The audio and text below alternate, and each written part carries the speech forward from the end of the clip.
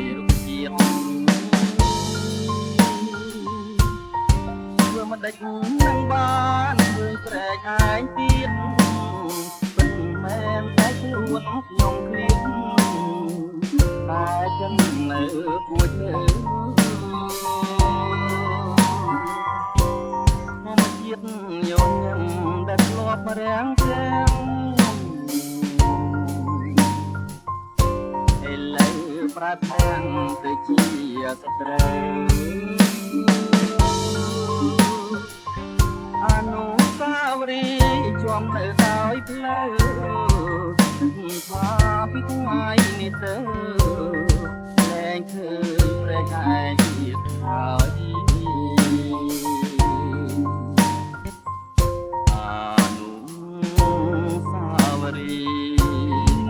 តែជាប់ព្រំទីអនុឈើព្រាថ្មីថ្មីតាមឈើធំធំមានម្លប់ត្រចៃមើលហើយសំលេងរេមានខ្លាចអស់សំខឹង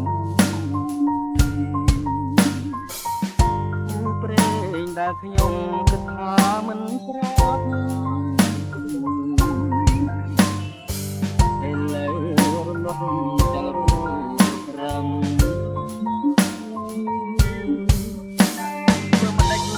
បានជួបក្តីសង្ឃឹមបើទុកជាខ្ញុំញញឹមក៏មិនស្រស់ដូចជាដើម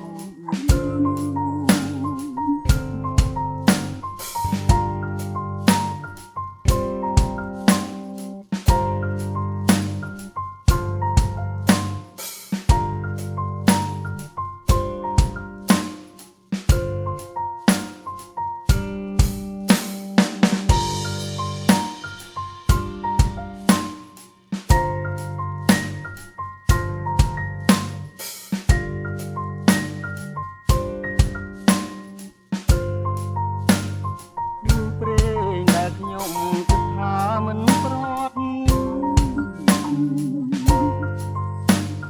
ឥឡូវរលត់ទាំងរូបប្រព្រឹត្តធ្វើមិនដេចនឹងបាន